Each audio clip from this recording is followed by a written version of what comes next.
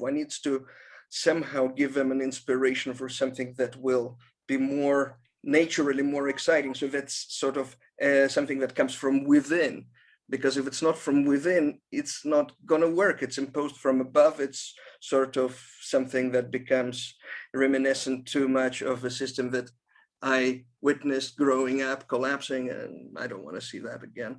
So how does one inspire people to create? And what are the words? And can one even express that in language?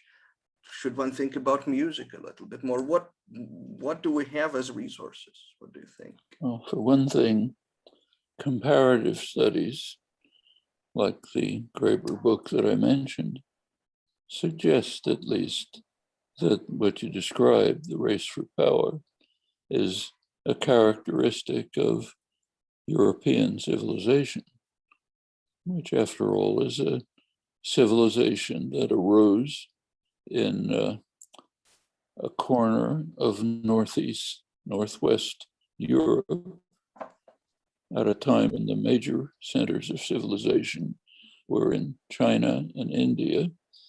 And there was a group of barbarians off in Northwest Europe who were very effective in the means of war. They were way ahead of the rest of the world in the means of destruction and savagery. That's how they were able to conquer the world.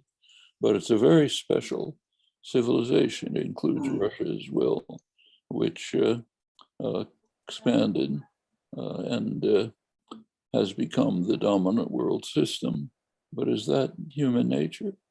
Or is that the particular form of Western savagery that developed from this little barbarian corner of the world?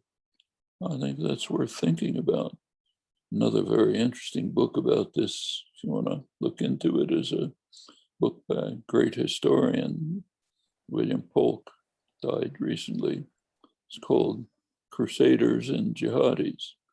Mm-hmm. It's a study of the 1,000-year war of the North against the mostly Muslim South.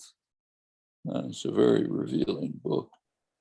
I think there's a lot of rethinking to do about the nature of world civilization.